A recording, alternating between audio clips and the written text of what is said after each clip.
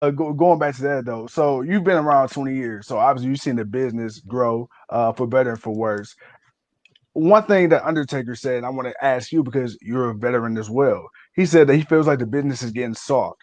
You said, you grew up in a time where it was, shark infested. It was dog eat dog. You had to fight for your spot.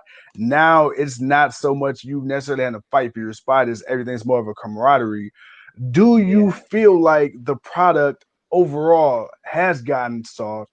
Um, and do you think that we as a society have gotten a little too sensitive when it comes to certain stuff like this? Because wrestling, it's a tough sport. You Yeah. going out here, you putting your body on the line.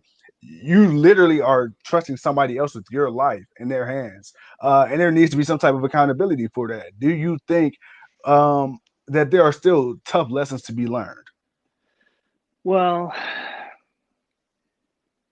I remember hearing about the stuff that Undertaker had said, and it actually reminds me of the Jim Ross thing from a little bit before that. And people were kind of upset.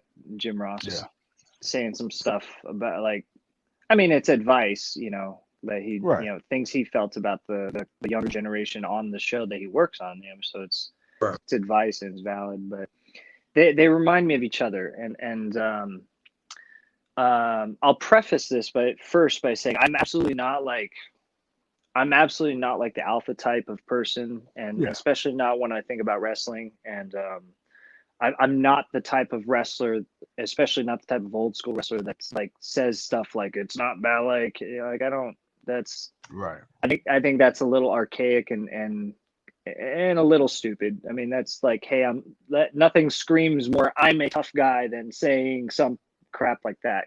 Right, right, right. But I will say I do think there's a lot of validity to what the Undertaker's saying, but I think it's a cultural thing. It's not just physical toughness. A lot of it's mental toughness. It's a little bit of both. Like, um, so like the thing with JR, right? Uh-huh. I felt like maybe he doesn't need to say that stuff like publicly. Oh, lad. He Yeah, he works there. He could pull a kid aside and say, "Listen, this is what I think."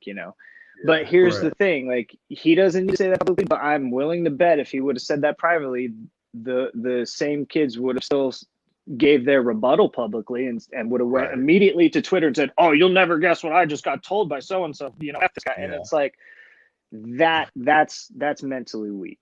Like right. I don't think that like it's like I'm not like a it's not ballet type, but like dude, it's a business and this is still a jungle. You got to have a little bit of lion in you. Back in the day it would have been a lot tougher, and I'm not saying you should compare it to that, but I'm saying right, like Yeah. as an adult with a job to do, you need to be able to you need to be able to get you out sometimes, and you need to be Yeah, able to take that and not complain and cry about it. Like there's a lack of integrity, I guess, culturally now. Like people like you don't go up to somebody and look them in the eye and say something and handle something, whether it's with your brain, your mouth, or your fist anymore. Now right. it's like I have a problem with this guy. I'm gonna go tell 300 people online instead, and then they're gonna Twitter complain about. Yeah, then they're gonna complain about it until 1,000 people are doing it, and then this poor person is helpless to fix the problem because now even if you two hash it out, 3,000 people hate Yeah, this person, and they're never yeah, gonna change their mind because they're not in your lives, so they're gonna forget about it. But now, whenever they're reminded about this person, they think, "Oh yeah, f that guy. I don't like him."